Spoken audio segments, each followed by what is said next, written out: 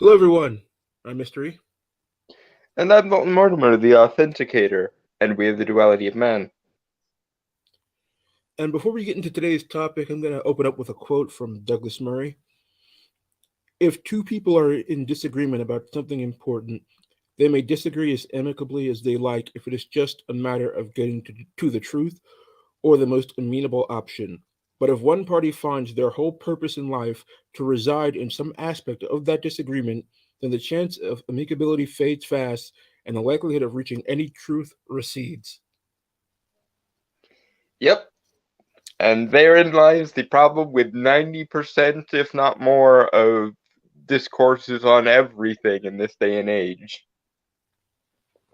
Absolutely. Now, today we're going to talk about transgenderism, and you know, I don't think that all people who identify as transgender are the same. Uh, I've looked at all the different types of behavior from people who claim to be trans, and I've divided them up into five categories. Hmm. Um, let's go through this by category. The first category is people who are genuinely trans, and I say that as I mean that they have gender dysphoria, and these are people who are really suffering from something, who genuinely do not feel normal, and I have a great amount of sympathy for these people because, like, this isn't something that they want; it's something that they really want to go away, but they just don't know how to. And You could first, break that category down even further into two other categories, which is the first category of people who would actually benefit from the act of transitioning, i.e., behaving along the lines of their their internal gender, for lack of a better word. And then the second category of genuine people who are, the people who are genuine transgenders are the people who could actually benefit from um, being dosed with their biological gender's hormone so that the affiliation will grow stronger and the dysphoria will diminish. well, well, regarding the first sub option, uh, dressing up is one thing, but I feel like if they go full tilt, like with the surgeries and the hormones and everything, I feel like that could be bad because it removes a lot of options for them in the future With regarding it being things that permanent. are. That's why that's one of the reasons I broke down the category, because there are some people who I'm sure would not mind the long-term repercussions of that, or would actually benefit from the long-term repercussions of that. But it's a it's a category within a category for a reason. So, like I was saying, I have great sympathy for these people because you know this is obviously a very stressful thing to go through, and it can upend your entire life. So, yeah, I want to help those people, but I may or may not necessarily agree on what the best way to help them would be, which would be the discussion with those people. And the people who do genuinely suffer usually are also very honest about what's going on and the consequences and seriousness of it all. Like, these are the people that you can have a genuine conversation because they understand that this is something serious and not something that should be headed into with like wild abandon. Unfortunately, Yeah. is being pushed in our current Um, society. I knew someone in college. Her name was Maggie, and she was trans. She was a male to female transitioner, and you could very obviously tell that she had dysphoria, and you could also very obviously tell that she trended more feminine than masculine. Um, so she was also an engineer, so it's not like she was one of those people who minors in gender studies or anything like that. No, she was an engineer and a pretty freaking good one as far as I remember. but she was also very, very obviously and genuinely trans. And I don't think that any sort of LGBT indoctrination went on there. I think it was just her nature as a person. And regarding their transitioning, was they open to talking about it in a reasonable manner, or was it something that they didn't really wish to discuss? Um, as I recall, she didn't come out until a few weeks after coming to college. When I first met her, she introduced herself as John, but after a few weeks, she came out as trans. It threw me for a loop at first because my understanding of transgenderism was the people going through the surgery more so than just the people um, cosmetically transitioning. And so it was a little, it took me a week or so to get used to, but I I mean, we obviously had disagreements like anyone would have disagreements, but mostly about inconsequential shit. Like she didn't like the style that I played D&D when we played D&D, but that's neither here nor there. But it didn't take everyone long to accept her for who she was and who she identified as. And even she would very often complain about what she called trans trenders, which is part of the reason I know that she was serious because she could at least differentiate between someone who was genuinely suffering from gender dysphoria and someone who was a transgender.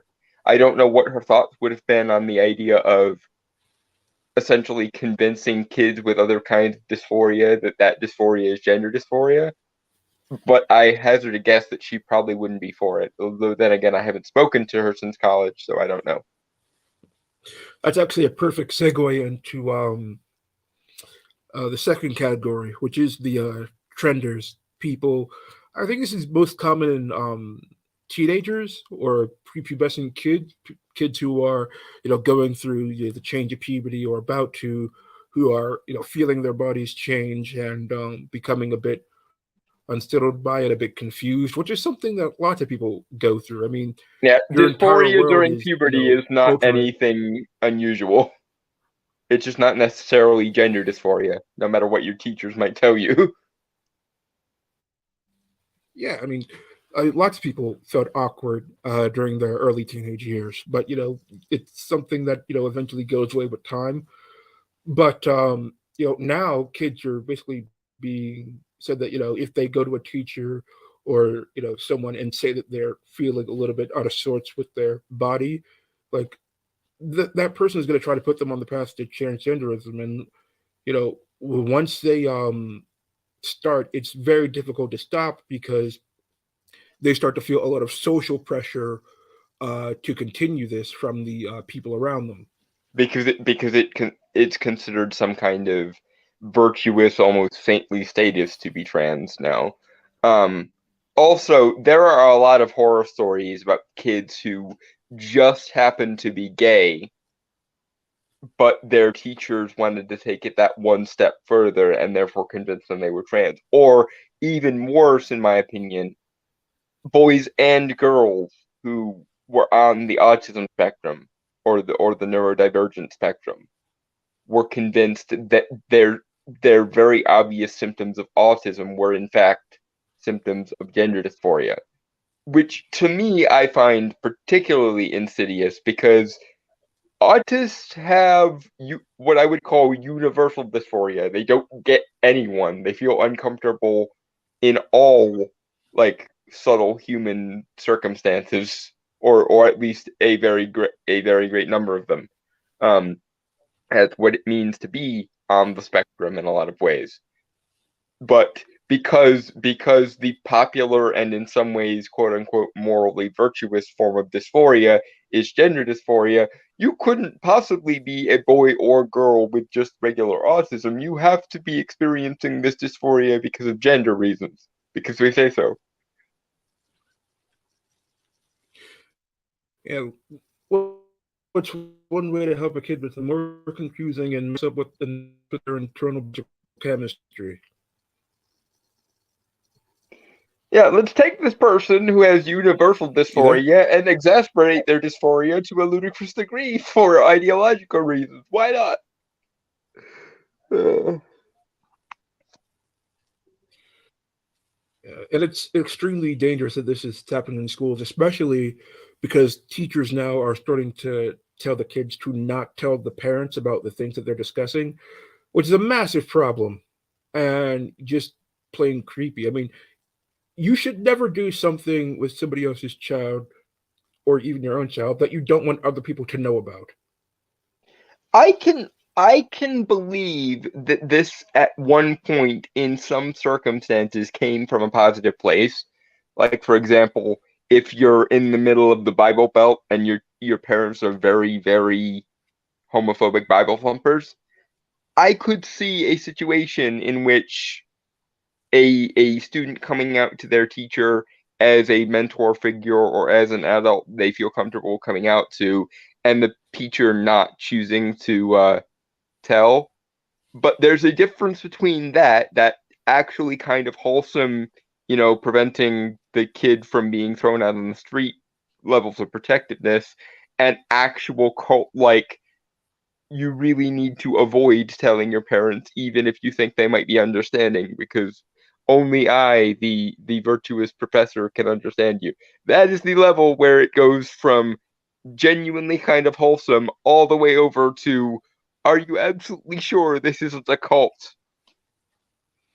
Yeah, and I've heard stories where the school will start to socially transition the kid um at school, but then they're telling the kid to act normally at home so that the parents don't find out. But when the parents do find out, they will pull the kids from the school, move them somewhere away from all that, and then eventually the kid will return to normal, no longer feeling confused about Yeah. their gender. And again, I'm willing to concede that some at some point in history and in some geographic regions, this might actually have a somewhat altruistic aspect to it, but that aspect is now well and truly in the rear view mirror in some cases. Like it's gone from I am a good teacher helping my student to I am literally trying to convert this child because I think it's more moral for them to be trans. Yeah. Now, category number three. The next three categories I have absolutely no sympathy for and have a great deal of ire for in actuality. Number three is the bullies, the people who use this as a shield to which to hide behind so they can be an asshole with mitigated consequences. The self-appointed aristocrats, basically. Yeah, the people who will, scream at you if you don't get their pronouns right, the people who will go to toxic colleges and try and scream down the invited guests, the people who will, say if you're having agree with them, they'll like get up in your face, they'll scream. Some of them will even like physically attack you. Like these kind of people. These people are just looking for an outlet to be an asshole. And also, very often, and this is the irony that we're never usually allowed to discuss, very often these people come from extremely affluent upper middle class to upper class homes and come from unironic quasi aristocratic privilege. And it's the gender ideology equivalent of champagne socialism, basically. Yeah. It allows them to, do terrible things while also maintaining an totally unearned sense of moral superiority. I couldn't possibly do anything wrong. When I do violent things to bad people, it's virtuous because I'm striking truth to power or some shit. Derp. Yeah, and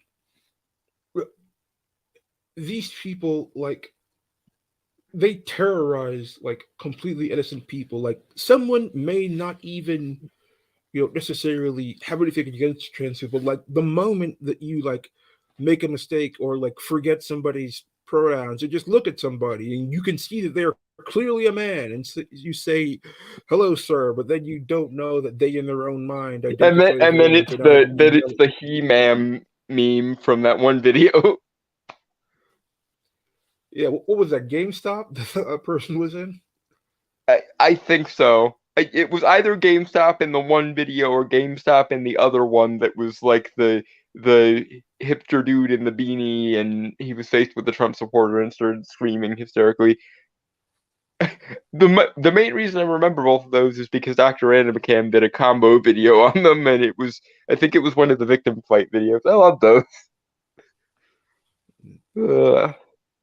But yeah, these are the people who really do make it hard to have a conversation about this and actually get help for people who are genuinely going through things, because they view any disagreement as harassment, as assault, as hatred. And, you know, from their point of view, if you hate me, you want to unalive me, and therefore I must do what I have to in order to defend myself against you, which is just a completely insane way of viewing the conversation. It's also excessively dehumanizing. It's literally presupposing that average people you meet on the street are inherently out to harm you in a completely inhumane way. And at that point it's like the if anyone remembers the Avatar episode The Great Divide, when they're talking about why they brought food in, and the explanation the Jangs give is basically, well, the Ganjins thought we would bring food in and decided to bring food in themselves, so we decided to just cut to the quick and bring food in. And then surprisingly, everyone is doing the wrong thing, and everyone knows they're doing the wrong thing, but nobody cares. It's that I absolutely cannot stand dehumanization, the assumption that human beings are inherently evil, inherently flawed, inherently broken people. Because it's like, you do realize how dehumanizing that is, because you can identify it when it's done to you, and yet everyone seems to want to dehumanize everyone else, even though the people you will come into contact most often in your life, if you're talking to, flesh and blood beings, it's probably going to be another human. Yeah, and I don't know if you're aware of what's going on in Florida, but I believe they signed a bill making it illegal for kids to have transgender surgeries, and I also think it's they made sexual assault of minors a death penalty offense.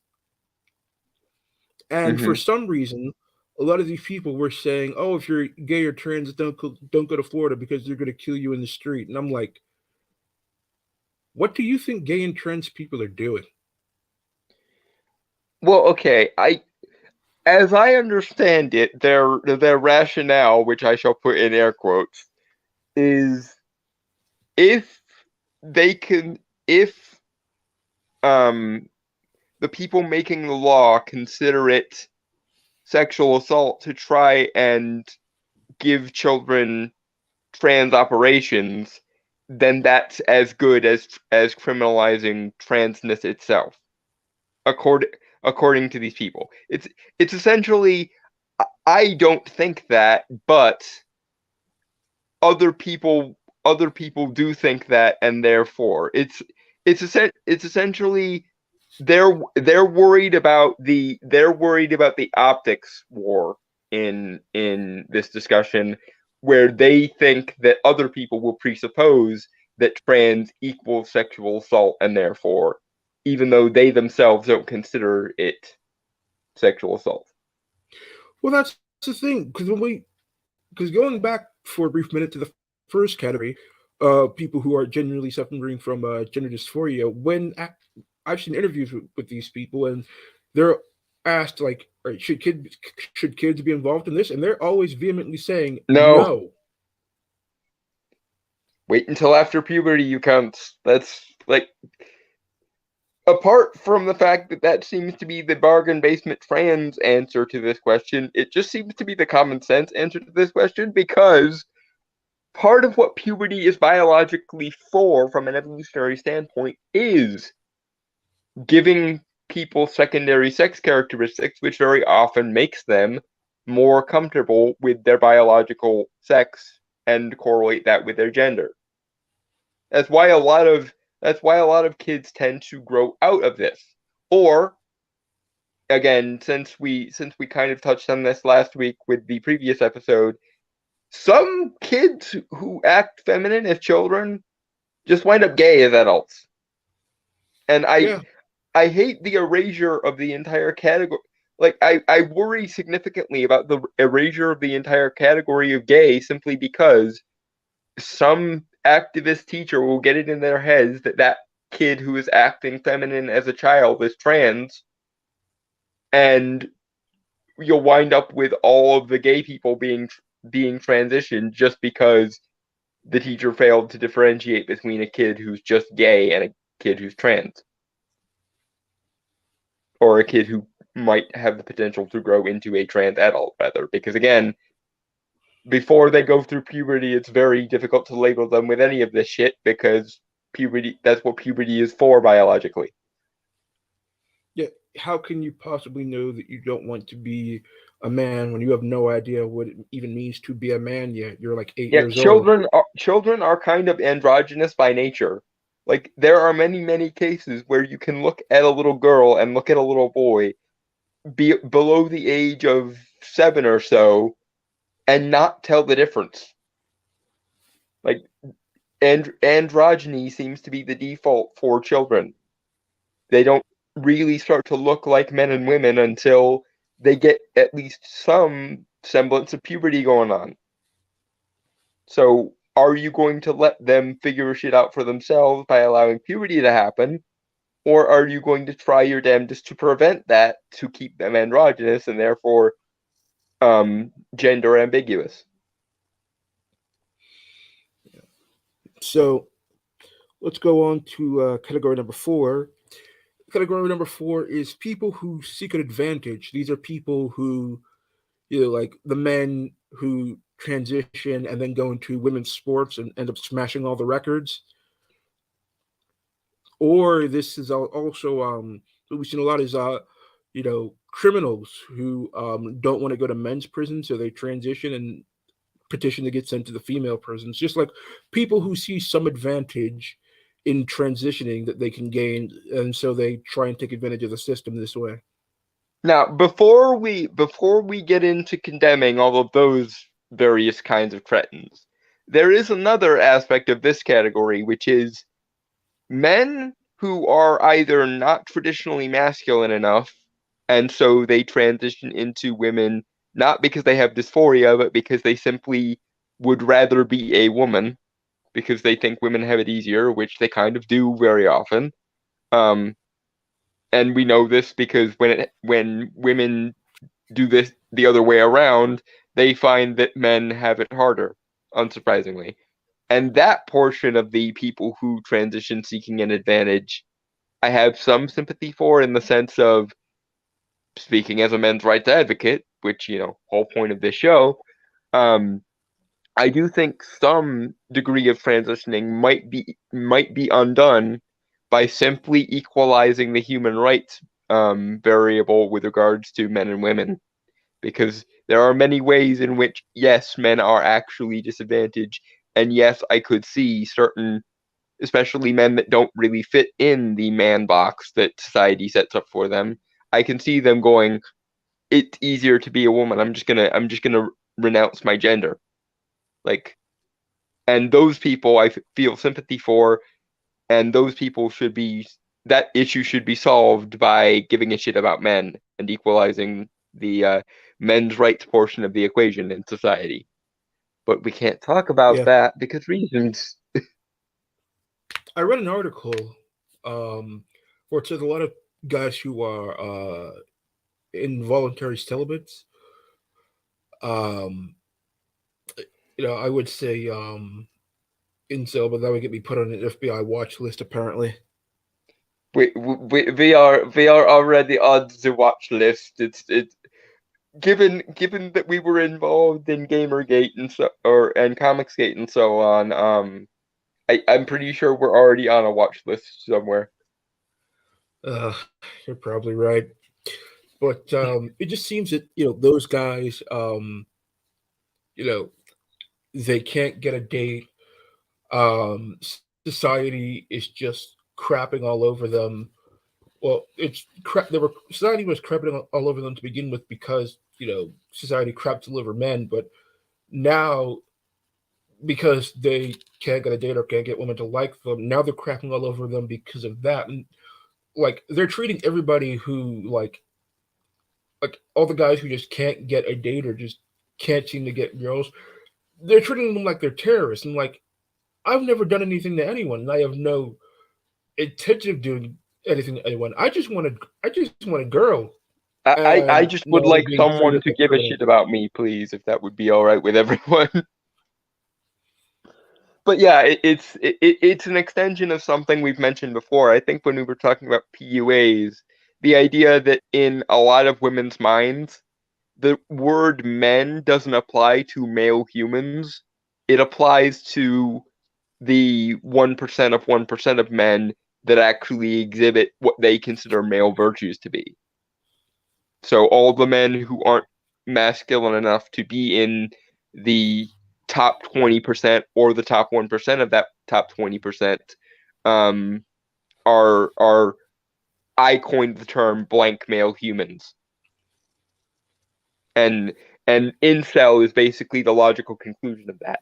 If there's a certain percentage of male humans who aren't men and who are in fact just blank male humans, then men who are quote unquote inferior enough to actually not not even be able to get close to that percentage are so contemptible that if they complain, they're immoral for complaining. And the thing is, like, those guys feel trapped. They don't know what to do, and so a lot of them find it easier to transition into being women because society treats women much differently than it treats men, with a great deal of advantages. And what I found is that society treats women better than men. It treats trans women better than both. I mean, for now, I would say that's only because this is sadly enough the only reason why society at large gives a shit about trans women is because or trans people in general is because the rich affluent white women took it as their cause du jour. The minute the minute the turfs win the argument, you will expect I will expect to see a feminist hatred of trans people you have never seen before. I'm I'm I'm I'm unfortunately prognosticating that. Hear me now, quote me later. Let the turfs win and see how quickly it is that all of feminism turns against trans people. They're And going then to and win. then trans people will be shoved in the same category as the incels and They the are quote going to unquote win. toxic fans. It's inevitable, in my opinion, because a lot of these upper middle class rich ladies who support this, they're all NIMByists. They Yeah, will endorse it so they long as love they don't have being to see it. moral in the abstract, but when they're faced with the actual consequences of it, they go, "No, not like that." Yeah. So let someone go to their country club or spa, and they see a penis when they're changing into the restroom for the spa. They will flip real fast. hmm Now, I on the outside of this entire dichotomy, I as a men's rights advocate kind of am on the same page as Dr. Random McCam when he talked about the bathroom issue because I sort of think, why don't we just have unisex bathrooms? Like we could short circuit this entire identity thing by just having single unisex bathrooms. Well, I think that would fix that, but there are also things like changing rooms, which are also an issue. I think as long as there are stalls in the changing rooms, it doesn't necessarily have to be an issue. I dislike this notion of like when you challenge women on this and they go, well, if you're so concerned about identity and which bathroom which is in and so on and so forth, wouldn't it be easier just to have one bathroom where everyone could go and it would be unisex? And they go, oh, but the man might rape me in derp, and it's like, okay, the number of men who are rapists are vanishingly few, and they're not rapists because they're men. There are also female rapists that exist, but never mind. Like, like it's literally like we're trying to alter our entire civilization based off the fact that some people, a vanishingly small minority of people, are fucked up enough in the head and traumatized enough in the head to be rapists. Meanwhile, the other 99% of people are just people. They would go into the bathroom, do whatever it is they're going to do, and then go on about their day not noticing anything if we had unisex toilets. But but my feminine virtue and men are rapey and it's just Well, like well, no. if they're really concerned about this is why I support open carry. Yeah, it worked wonders in the Western United States all that time. Like I know the virtues of the Wild West are sort of a meme now, but like if everyone is walking around with a gun, the fuck around to find out ratio is quite pleasing, shall we say? Yeah, and let's talk about athletics because there does appear to be a lot of not necessarily women to men, but men to women who will say perform Use their maybe biology mediocre. to break the curve of female athletics, basically. Yeah, there'll be a male athlete who is mediocre, but then transition and then be at the top of the boards in the women's division. This isn't necessarily the case always, but we are seeing it at an alarming rate. There's of course the swimmer Leah Thomas. I believe there was also a track star who was so fast that he was like a good 30 seconds beyond the women that he was racing against. Mm. And there's also, I believe, an MMA fighter who fought a woman and cracked her skull. Yeah. So, like, they say that the advantages are taken away with hormones, but that's obviously not true because there are just inherent biological differences that can't be taken away just by altering hormones. Like, you can't take away somebody's height. It might have been true if this person transitioned before puberty, like the thing we just advocated against doing, but if a person goes through a male puberty, the ship has sailed, especially if they're an athlete. Could you could equalize this by making sure that only non-athletes could compete. You know, if we're gonna let trans people compete in female athletics, they need to have been non-athletes first, because there are definitely women in professional athletics who could beat the crap out of a non-athlete. But if it's one kind of athlete transitioning to another kind of athlete, the ratio just does not and will not ever be equalized, unfortunately, as long as they're allowed to go through a male puberty. Because that's the thing. Professional male athletes are not even average men. They are the top, you know, physically the top like couple dozen percent of men. Like I am 5'4" and I am crippled. There is no way I would do well against any professional athlete. But these guys are the usually 6 foot plus, physically agile, physically jacked as hell sorts of people who excelled in athletics all their lives and will for the foreseeable future.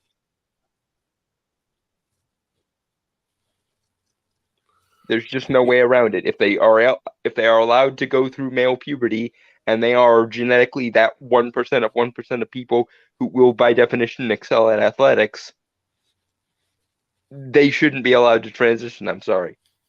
Or if they transition, they should be barred from all athletics. That would be another way of going about it.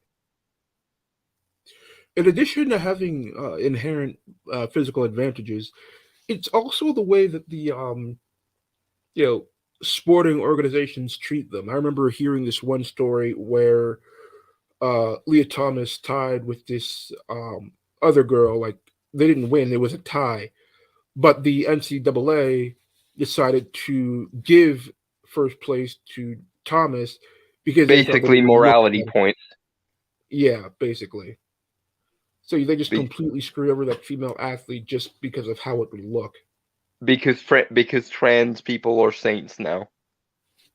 Yeah, but there is starting to be some turnaround for this. I believe the World Athletics Association um banned transgender athletes from competing, and Hmm. people are shouting like it's like, Transphobia. yeah, people are shouting transphobia. It's unfair. It's like,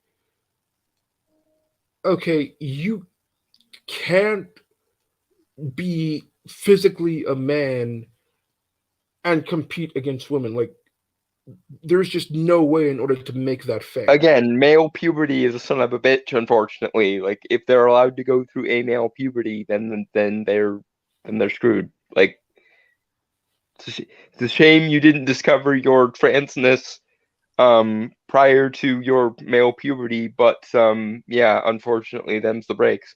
Also, again, I am I am more skeptical than I am usually with regards to transgenderism when it is professional athletes because again, male professional athletes are the top percentile of biological masculinity.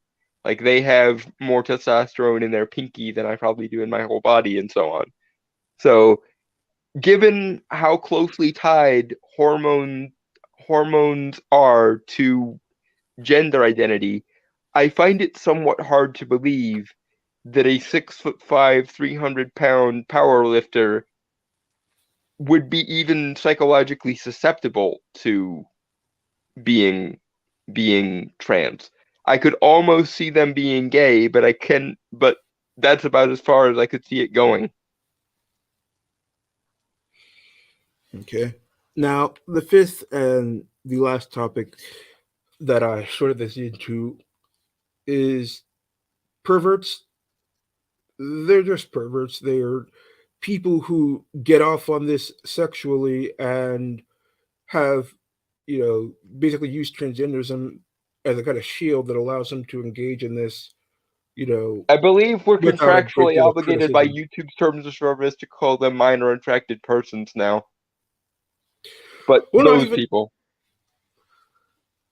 well, not even just the wood chipper feed. I'm talking about there's this thing that's being reported now called, I think it's autopedophilia and autogynephilia. Do you know what these words mean?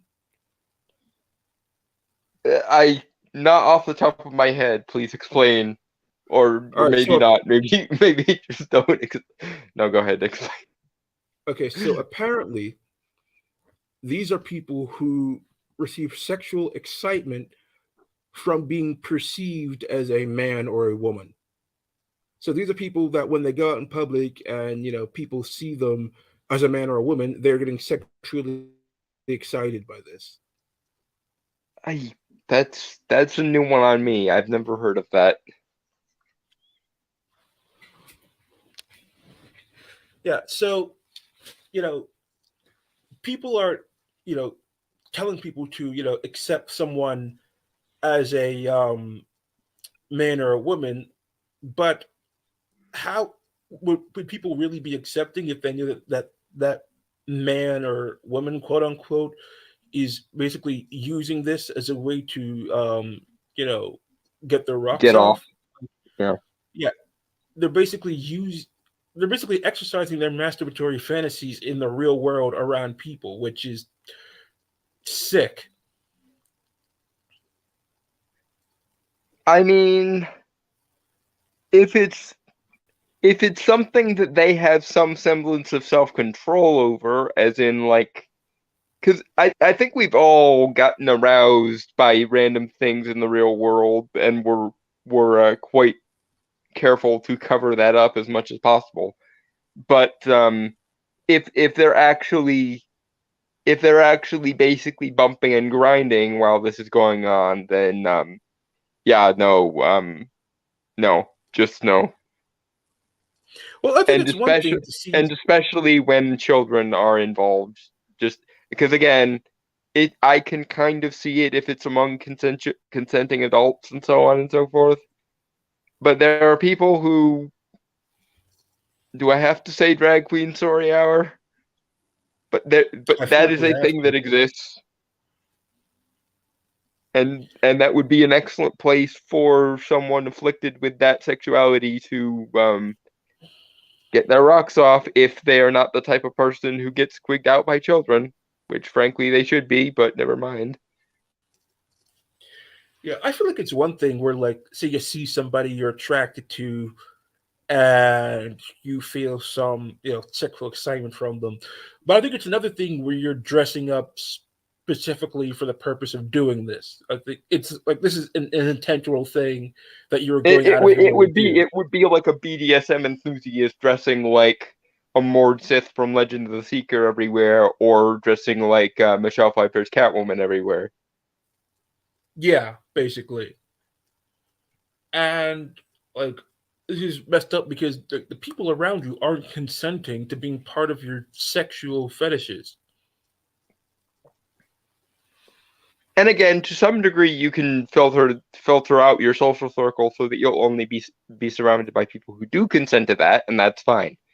But I'm noticing that not a lot of these people advocate for specialized communes. They just basically inflict this onto the unsuspecting masses, and they don't see anything wrong with it.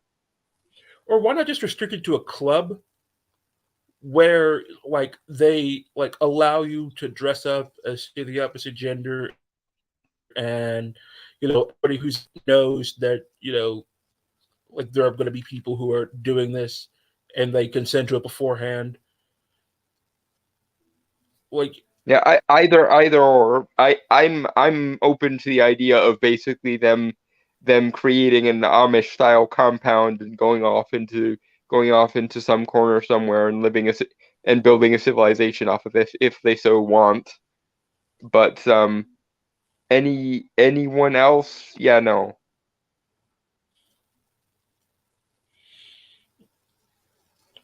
yeah, let's also talk about the people who are just using it as a dealing for less out there sexual perversions. Because if you remember the incident at that spa in California. You're gonna have to narrow it down. There are a lot of spas in California and a lot of incidents in California. What happened? Okay, at this place, I believe it was called the We Spa.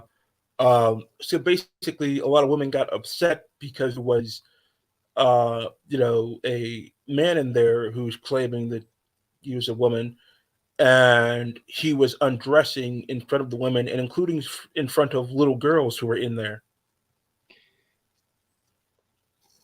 Okay, that just got several shades of creepy.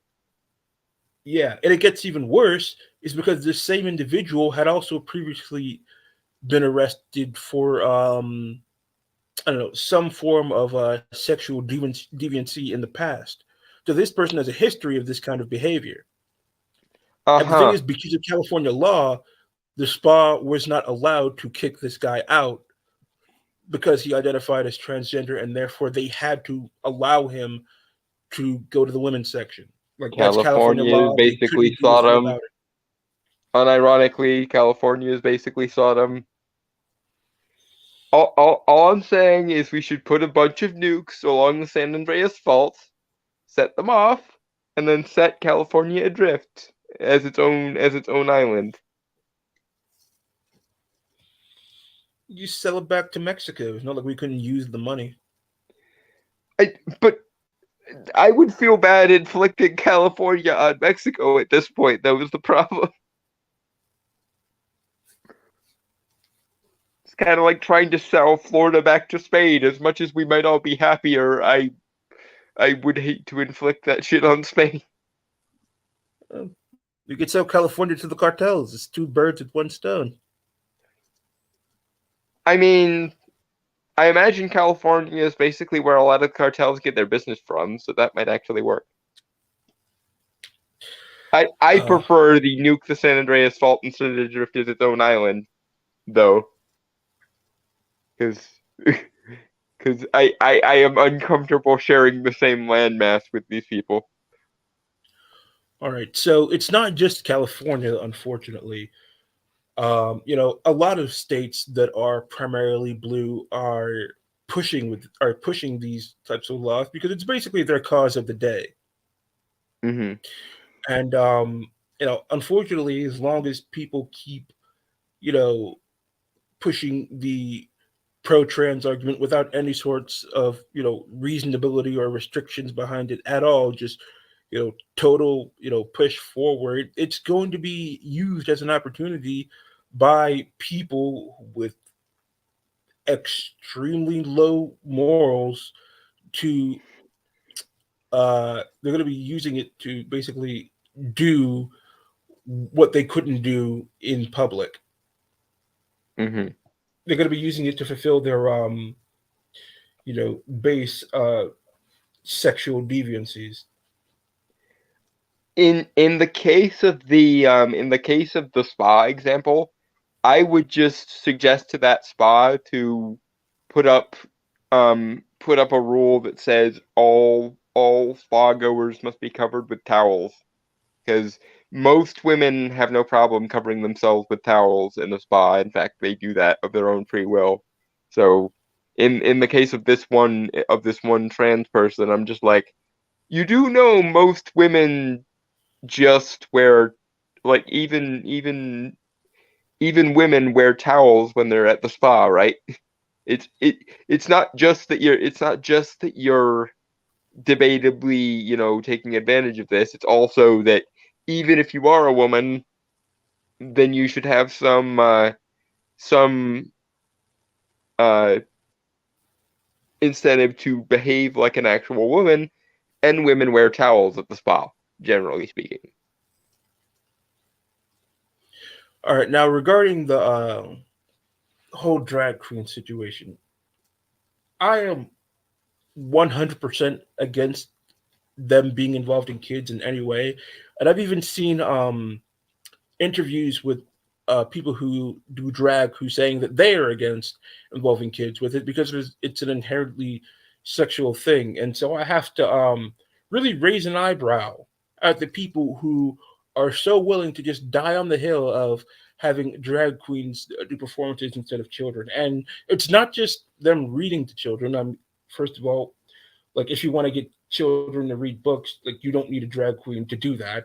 And second of all, like it's gone way beyond just the reading thing. There are like dances, performances. I've seen like a video where a drag queen is teaching a group of small children how to twerk. Like I saw one from a high school where this drag queen was giving this, I believe, a 10th grader a lap dance. Like it's getting really, really out there. And This is a complete for some reason, sidebar, this is but the can hill we these just people acknowledge for a seem second to that die no on. good has come from. This is a complete sidebar, but can we just acknowledge as a society that no good has come from twerking? Like, it was a mistake to invent that dance. No good has come from twerking ever since it was created or discovered. Yes, absolutely. I'm more than willing to give you that.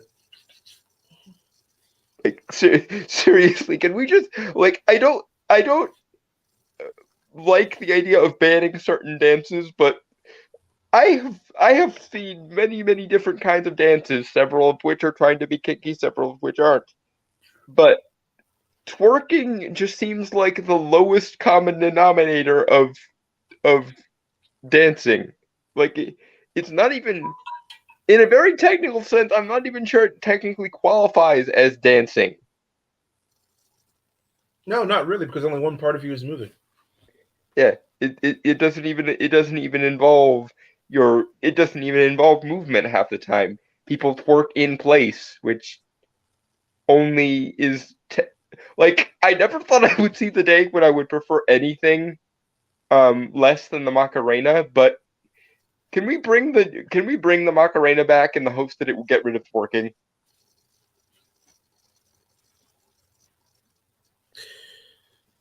I don't think we need to bring the Macarena back. I mean, it should stay dead. We just need to kill this too. Yeah, put it in the mass dancing rave right on top of the corpse of the Macarena. But if it's a choice between the Macarena and twerking, I would gladly take the Macarena back.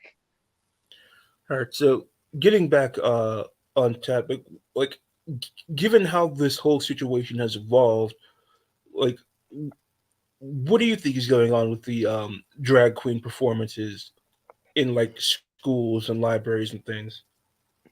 Honestly, I think that any drag queen that is explicitly in favor of doing this in front of kids should be fired and should be blacklisted from the drag queen community.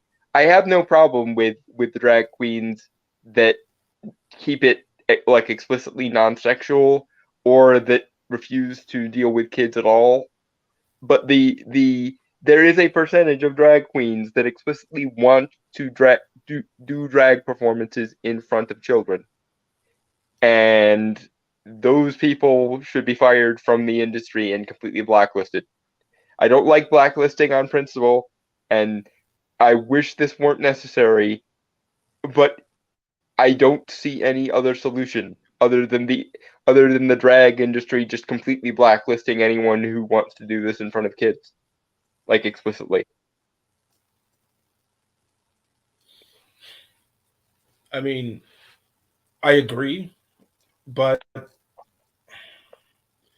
you know, I feel like they like with this situation, like sure they could try to ostracize them, from their community, but outside of that, like besides making it like illegal in order for them to have these like sexualized performances in front of kids, like what could their community do to really stop this internally? Well, I think drag queens and drag performers doing a public renouncement of these kinds of people would certainly go a long way to de-escalate tensions between them and everyone else, because there is a certain percentage of people that I don't agree with who are beginning to think that like it's beginning to bring back the all drag queens are sinful, all gays are sinful thing, and I really don't want to see us go down that road. So, if only for your own self-preservation, drag community, disavow these people publicly, openly, and consistently. Do not let them engage in this practice in any public venues. Do not hire them to engage in this practice in any public venues, and go out of your way to explicitly, you know, state that sexual acts should not be performed in front of children. Full stop.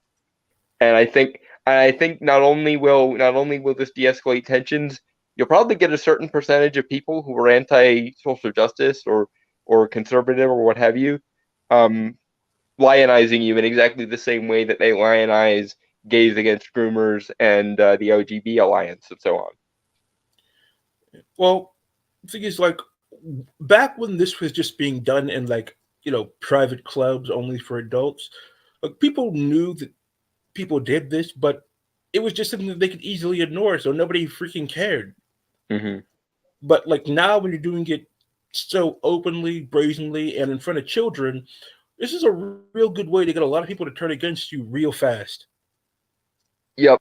And I guess that's a good place then to transition to speaking of people who are very over the top feminine in a very performative way, Dylan Mulvaney and the Bud Light thing. Way day. All right.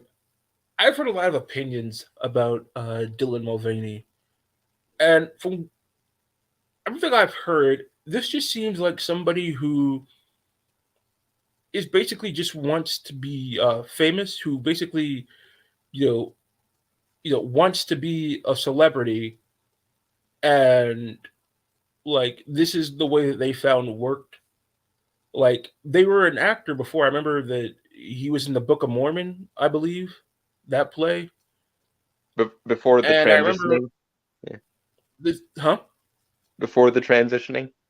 Yeah, before the transitioning, they were he was an actor, and I believe that there was some he had made some previous TikToks where he was talking about him being gay.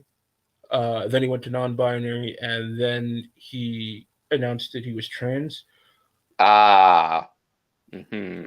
Mm-hmm. Mm-hmm. Yeah, so this person really does just seem like that they are just doing whatever it takes They in order they to thought be. that they thought the gay card, the one they actually have, would be enough, but being gay is no longer edgy or revolutionary in any way. So they upped the gayness quotient. Yeah, this person seems to be, you know, it, they are trying to display the most exaggerated, worst aspects of femininity, and That's a basically funny this. thing. Speaking of transgenderism, I have seen more trans women wear dresses than I have ever seen in my entire life women wear dresses. Which on one level I guess is trans people or drag queens or whatever exaggerating femininity, but on the other hand, I have to ask myself the question, why did women stop using their femininity as a virtue and seeing, their femininity as a good thing? Oh, Because, that's an entire other video. well, I mean, yes, but it's just interesting to me that trans people, trans trenders, and drag queens are more comfortable being traditionally feminine than the majority of women are these days. There's People something can be. sad there. I've known girls who I would describe as traditionally feminine who still wore pants. I personally view it as overcompensating. I don't know. I honestly think that those communities could teach women a thing or two about re-embracing their femininity. Not that I have any particular problem with women wearing pants, mind you. But speaking of ways to possibly minimize transitioning, maybe if um maybe if we reacted to men wearing dresses in the exact same way as we reacted to women wearing pants, i.e., who cares? Let them do what they want. There wouldn't be need for this trans rigmarole because it would just be a fashion choice rather than an identity choice. Because for the longest time, men and women both wore flowing garments as long as they were part of the aristocracy. My question is, why do we continuously treat women like the aristocracy and never let men outside of their box for 5 freaking minutes? Women want to wear pants, it's totally fine. Men, even men who wear kilts get the side eye and get the jokes told about them and stuff. So it's like maybe this is yet another case of maybe if we treated men wearing not pants in the exact same way as we treated women wearing pants, we could diffuse a bunch of this rigmarole. I mean, I don't necessarily know about that. I mean, sure, some people may make snide comments about kilts, but I don't think any of those people are going to go up to a Scottish strongman and insult him to his face. Mostly because their face would then become part of the earth, but that's beside the point. Um, but my point is, maybe I'm just one of those foppish history loving motherfuckers, but maybe we should bring back the robe. Maybe the robe should make a comeback, like I don't think the in robe ever left. common usage. I don't think the robe ever left. I think it's just for like either when you come out of the shower or lounging around the house. No, but I mean in terms of like the actual like the traveling cloak and so on and so forth. Maybe we should bring robes and cloaks back. That would also maybe solve some of this. Like you don't always have to wear trousers, guys. Maybe we should bring the robe, cloak, and the Toga. yeah. Bring back diverse male fashion, damn it. But regarding Dylan Mulvaney and the Bud Light thing, like Dylan Mulvaney always seemed to me like a creep.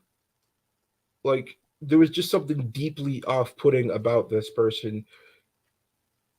Even more than I say, think even what it more than say, is Dylan is a very sad person, and they're trying their damnedest to make people smile, and it comes off as creepy and off-putting because they're trying so freaking hard to extract some happiness from people, and it often doesn't succeed because of how hard they're trying.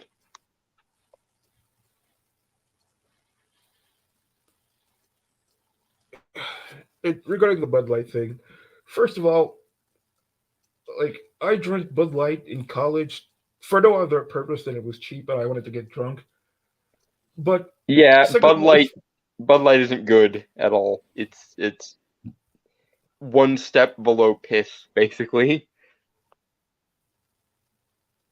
yeah, there are so many other beers out there, and personally, regarding the boycott, I personally fully support it because in today's society, it really seems as if transgenderism is being pushed as people like the media and politicians are really trying to push it as basically the thing to be.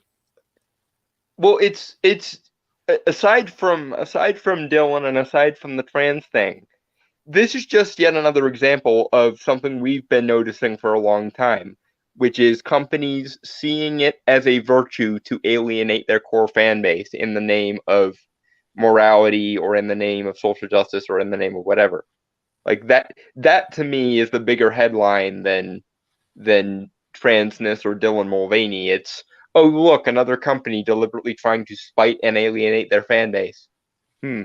Wonder if it will work out for them this time. Oh look, it backfired horribly. Who could have seen that coming except everyone? Yeah, well, the thing is specifically with Bud Light, like there are beer companies who have done like pride campaigns, but like nobody really gives a damn.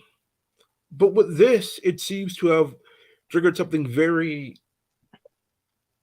serious because I think Dylan Mulvaney is off-putting, and people do find him very strange.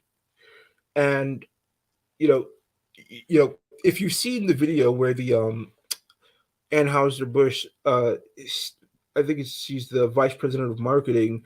She is Yes, specifically the trying to move away from the traditional the working consumers class in frat order boy to image that Bud pursue. Light has.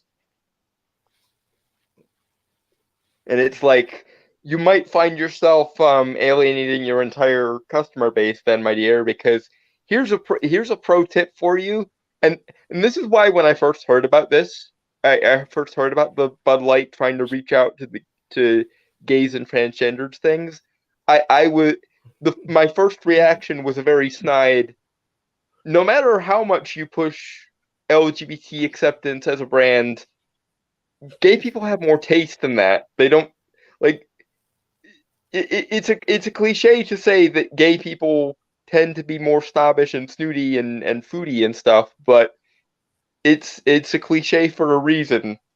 A lot of gay people, especially the feminine ones that you're spotlighting with people like Dylan Mulvaney, are extremely snobbish with regards to their preferred alcohols and their preferred foods and so on. And no amount of pandering to them is ever going to make them think, um, let me try Bud Light, because most people try Bud Light when they're like pretty much as soon as they're drinking age or before, and either they're working class lads wanting to get drunk, so they develop a taste for it, or they try it once and immediately decide it's not for them and seek out better alcohol if they seek out alcohol at all. And the gay community, by and large, and I'm speaking as one, we just have better taste buds than that. Damn it! And yes, I'm being jokey, but it's still very much funny to me that they think that any amount of pandering is going to make gay people want to drink Bud Light ever.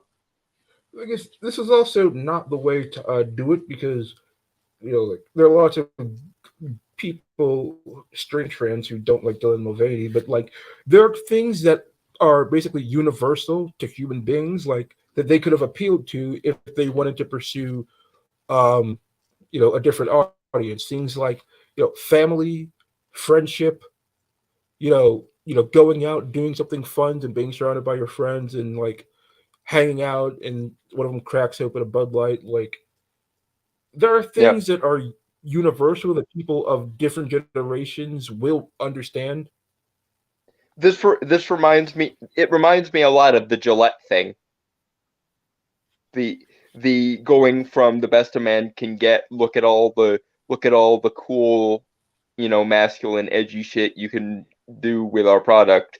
To this is the best men. Expecting more from men, or this is the best men can be. Morally shaming their audience, and it's like, did you expect that to work? And it's just like with the executive for Bud Light was like, well, Bud Light has this kind of fratty, dude bro, working class image, and I wanted to fix it. And it's like, okay, but that's 90% of your customer base. You basically just told 90% of your customer base they could fuck themselves, and they Yeah, responded in kind. and I just want to say that I just want to say, as a former Freddy dude, bro, I have to say, what's wrong with that? Yeah, I personally see nothing. I yeah. If personally if see that's nothing. if that's your thing, then by all means, yeah.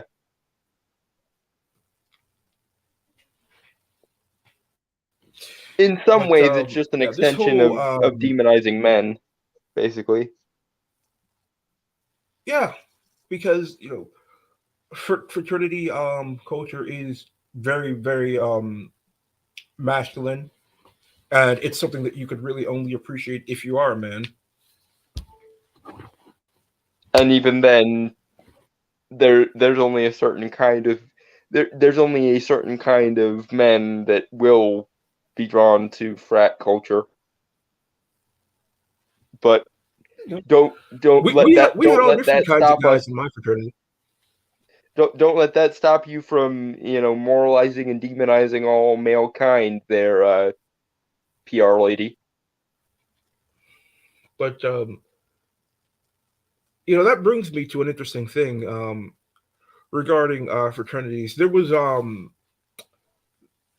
an argument years ago, and I'm pretty sure it's still going on, about whether or not to accept trans people into fraternities and sororities. My opinion on this is no, because here's the thing: in a fraternity,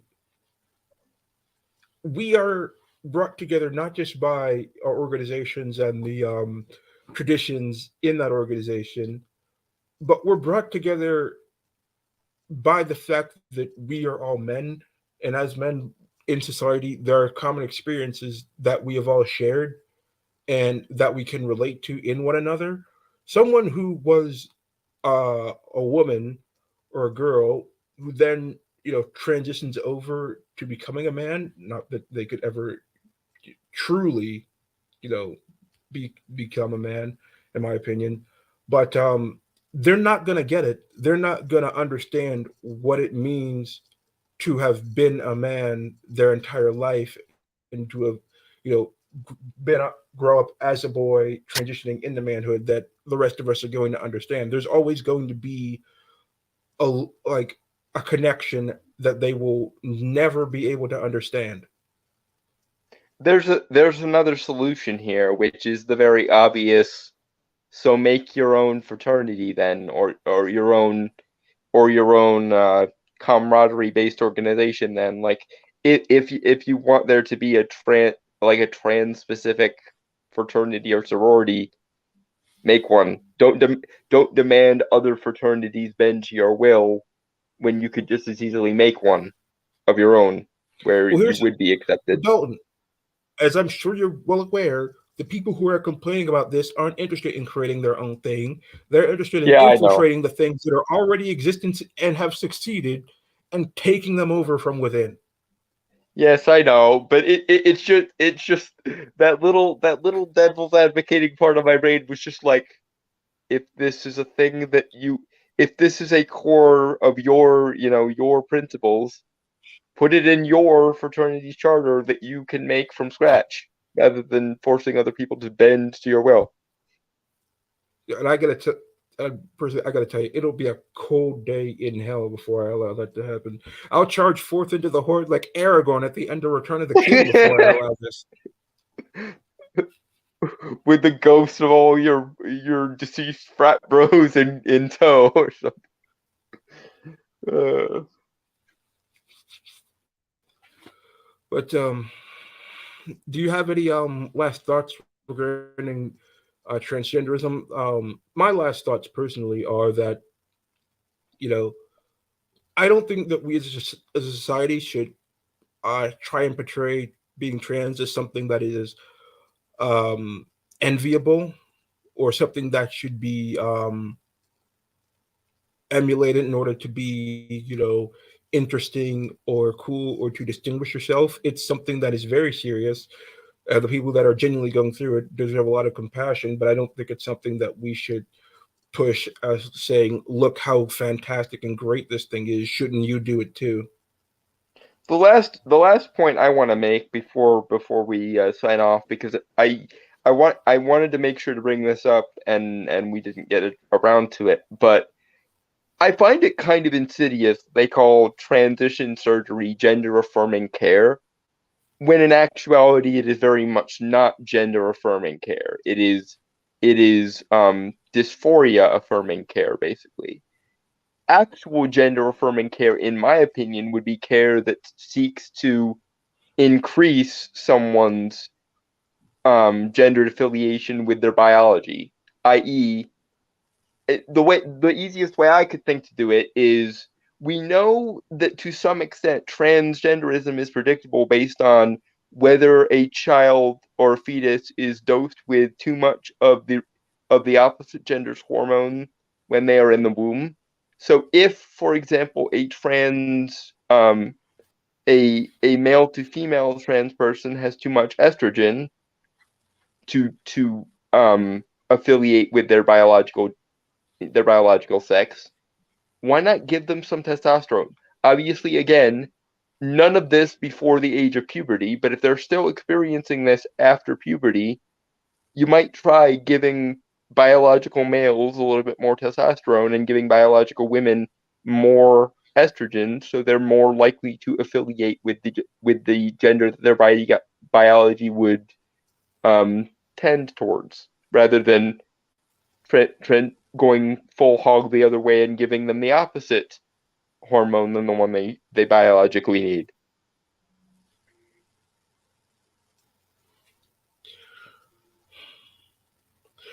Yeah, regarding gender affirming care, the way I see it, that is doing far more harm than good. Like I agree with you on that because it's not affirming the gender. And you know, regarding the It's surgeries, do you want to talk exasperating about the the surgeries? dysphoria in a lot of cases. Do you want to talk about the surgeries that they do? Yeah. Um, The top surgery, which is would be the double mastectomy for girls, or I guess putting in implants for boys. I mean,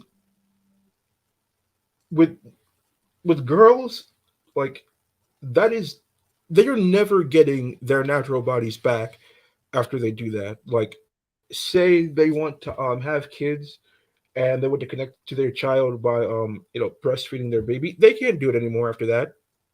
That opportunity, that option was stolen from them. Let And alone if especially they in, also do the bottom surgery. yeah, I was just about to mention that the bottom surgery is just, I've seen pictures and it's absolutely horrific. Like, it should be a crime in order to do that to people. And it also kind of reminds me of back during the heyday of the Satanic Panic when well-meaning pastors or well-meaning teachers would literally implant false memories of satanic ritual abuse, um, because we didn't understand fully how memory worked back then, and we actually thought that um, memory regression was a thing that worked rather than a hypnosis technique to implant memories. It literally reminds me of that. There are still to this day kids who were the victim of the satanic panic who have long-lasting psychological trauma because, again, due in large part to the fact that we didn't understand fully how memories worked at the time, they were implanted with extremely traumatic false memories, and they have to go through an extremely excruciating psychological process to deprogram them from that. This goes one step further in the sense of this is actually not only affecting someone psychologically, which it definitely does, but it also affects someone biologically. It's a good way to jettison people from the gene pool, but far be it from me to say this, but maybe you should at least leave the option open in case they ever have a chance to change their mind. And I don't understand why people would even do this in the first place, because there is no surgery that exists that can give you a penis or a vagina. It's just, in the terms of a vagina, it's just basically like a wound that you have to make sure doesn't heal itself on a daily basis. And in It's terms of a it's penis, it- it's basically turning someone into a eunuch, but with a, a more stylized version of a eunuch, basically. yeah. And with like the quote unquote trans penis, it's literally just a lump of flesh sewn onto the crotch.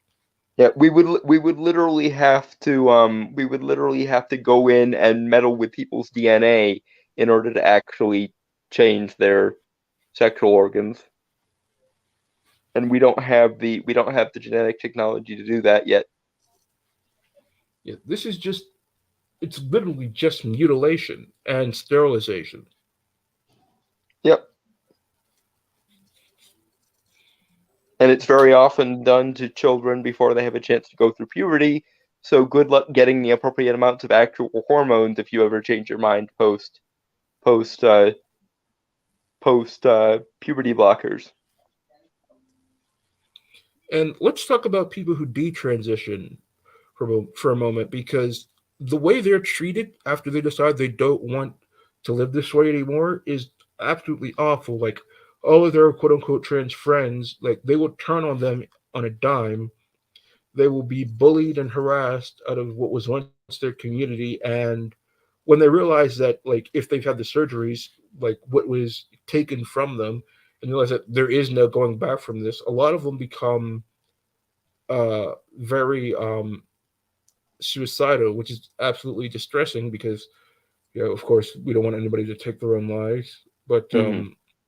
this is why you don't rush people into this, because you don't know how you're going to feel about it years later. It And has lasting consequences that, as far as we know, medically speaking, cannot be reversed. Like I say, if we lived in a world where we had a better mastery of genetics and we could basically undo a transition, then I would have a lot less issue with this. But we don't have the technology or the knowledge to genetically modify people so that they can transition or transition back. We have to do basically what amounts to mutilation. And as long as that is the case, it is irreversible.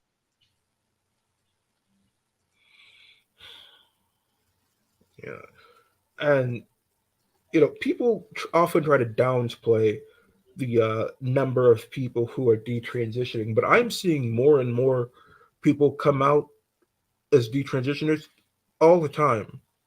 Yeah, no, speaking of parallels between the modern social justice panic and the old school traditionalist satanic panic, I mentioned earlier those people who had those false memories implanted in them and have to deal with the psychological scars of that even to this day.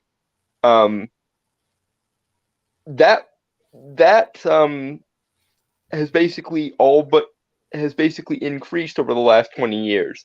So here's a question for all you social justice academics who think transitioning kids is the greatest thing ever. What do you're obsessed with being on the quote unquote right side of history. You know what happened to the people who got false memories implanted by the satanic panic over the last 20 years. So where do you think the numbers of detransitioner kids is going to be in the next 20 years? Are we going to basically end up regarding the trans child phenomena with the exact same amount of contempt as the satanic panic is treated with? Because I think so. I think you're going to get just as many kids psychologically traumatized by that by transitioning as you did when it was false memories implanted by well-meaning teachers and priests. Yeah, and like these people, they don't have enough support um, to really deal with what they're going through, because if you consider if people consider detransitioning, like a lot of, as I mentioned before, a lot of times they'll face a lot of social pressure in order to stick with it, even though they may not necessarily want to do this anymore, and they'll It's feel like it's basic. It's basically the end result of the concept of internalized self-hatred. The idea behind a lot of social justice is we have an idea of what you as a minority should think, and if you don't fit into that box, then you secretly hate yourself.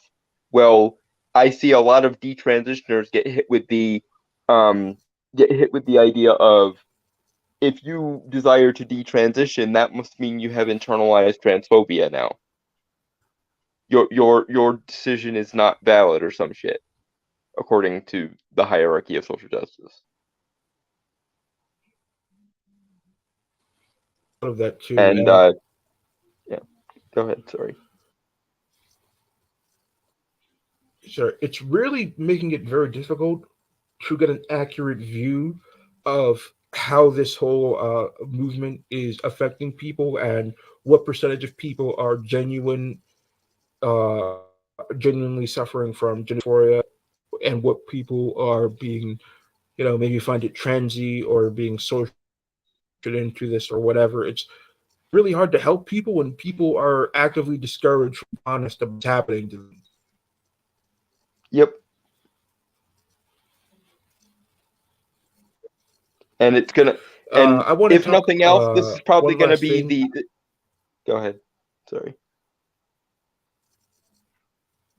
You go, because this is separate a little Okay. bit.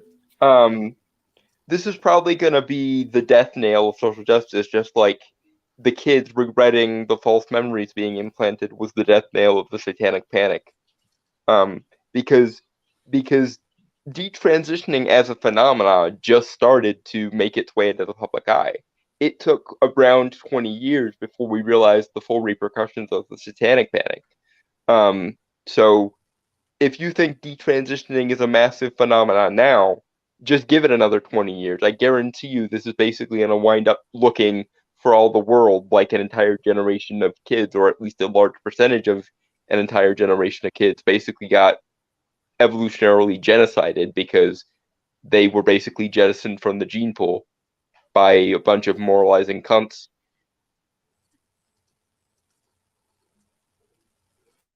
We're gonna regard I this wanted in to the same talk. way we regard the Stanford prison experiment or the what was the one with the people fed toxic food and like lead and uranium and stuff to see what would happen to them. You know what I I mean? No, I'm not familiar with the experiment. It's not the it's there was an experiment where it was a medical experiment where they basically fed people a bunch of poisonous substances in food to basically see how their bodies would react. I can't think of the name of it. Hmm. Yeah, I don't. I'm not familiar with that experiment, Yeah, but but I do understand what my you're point is that trying to say. this is going to be regarded like that is in another 20 years or so. It's going to be regarded as a bunch of people got mutilated for someone else's morality because that's basically what is happening.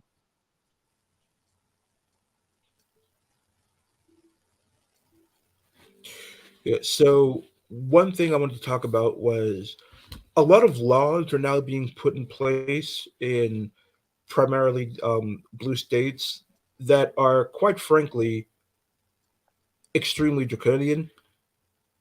All Yeah. right. So this is one. So this is one law in the state of Washington that recently I believe it passed through the House and Senate, needs to be signed by the governor. But basically, what it does is, don't you there? Yeah, sorry. I felt myself flipping off the bed, so I was trying to reposition. There we go. Okay. So there, regarding this bill, what it would do is that allows that if a underage child were to flee to the state of Washington in order to get you know gender affirming care, as they call it, they Hmm. would be in no way responsible for returning the child to the parent. And basically That's it would not allow, cult-like or anything. yeah, Jesus. it would basically give the child sanctuary in order to gender transition. So what this means is that somebody could groom your child over the internet and have them, flee to the state of Washington with their groomer in order to get transition. And when the parent finds out and tries to get the child back, the state of Washington would not help them get their child back. Didn't Ezra Miller basically convince a 12-year-old girl that she was trans, or at Yeah, least heavily encourage her to trend that way? yeah, I believe he started grooming her when she was 12. I believe they didn't. I would like to believe that they didn't start a physical relationship until Yeah, she they was didn't. 18. Yeah, I think they started when she was 16, but that's neither here nor there. Like, but in any case, I find it incredibly jarring that Ezra Miller meets a girl and mentors a girl when she's 12, and then around the time she's 16, she decides that she's trans. Right around the time that right around the time that Ezra Miller becomes convinced that he is also, or they are also non-binary. God damn it. Um, Considering everything he's done, I don't think you have to adhere to his pronouns. I'm going to, if for no other reason than being polite, but he's still scum, or they are still scum, regardless of whether I use their pronouns out of politeness or not. They're still not someone that I would accord any respect to. Fuck off, Ezra. And Yeah, please don't take all of DC movies down with you. I prefer if you didn't completely nuke an entire company, but oh well. like I said, what do you think about these laws that are basically making it so that the state has greater authority over the parent on whether or not the child should transition or not, and not even if the child lives in that state, just if they run away to that state. I just it's a mad world, I tell you. Like, I'm fully aware that parental abuse is definitely a thing. But when are we going to acknowledge that teacher abuse is also definitely a thing? Like, based on basically the same argument. Parents have authority over children and therefore can sometimes compel them to do things they shouldn't compel them to do. Well, teachers very much have the same thing. Like, generally speaking, 7 or 8 hours a day of an average school age child's life gets spent with their teachers. And only the remaining hours of the day, some of which the child is sleeping, do they spend with their parents. So if we're going to hold parents to high standards, then I think we should. Then should we not also hold teachers to some kind of standard? Because for the same reason of you have incredible amounts of sway over the minds of young children, and sometimes more than their minds, but never mind. And you also spend 7 to 8 hours a day with them every day. So if a parent is capable of fucking up a child's brain because of what they do to them, then surely a teacher is also capable of fucking up a child's brain because of what they do to them. So monitor the teachers closely? Question mark. Yeah, we should absolutely monitor teachers, and I think a lot of states are doing this. I think we definitely need to enshrine also at the federal level, like the rights of parents over their children, just so it's not even up for freaking debate anymore. Yeah, like again, we have child protective services for a reason. So should we not also make some effort to protect the rights of parents? Because that's the thing. I fully support the fact that child protective services exist. Now, granted, because of the way bureaucracy works, it's very often abused, and that is a topic for another day. But by rights, if one set of people have rights in this scenario, then so do the other sets. And if one set of people has restrictions in this scenario, then so should the other sets. If we have a child protective services uh, area for protecting children from the abuses of their parents, we should also have a child protective services type area for protecting children from the uses of their teachers and other authority figures. Because the whole idea is supposed to be protecting the sanctity and innocence of children and allowing them to develop as their own independent agents. Well, currently, at least in the public sphere, it's not parents who are the largest threat to that. It is very often teachers who are the biggest threat to that, especially because they don't have as much oversight as they should probably have on them. Honestly, I'm beginning to talk myself into the idea that maybe teachers should wear body cams like police officers should. That I think there should be a classroom feed with audio that parents could check into. Yeah, because a lot of this didn't really come to light until the pandemic when school was basically done by a Zoom call. So maybe there should be some kind of um academic equivalent of C-SPAN that parents can look into. Yeah, make it get like a security cam and a microphone, put it in the classroom, and then have like a website where the parents will obviously have the kids class schedule, and so they'll know, okay, my kid is in this classroom at this time. I At can this go period on. and so on and so forth. Yeah.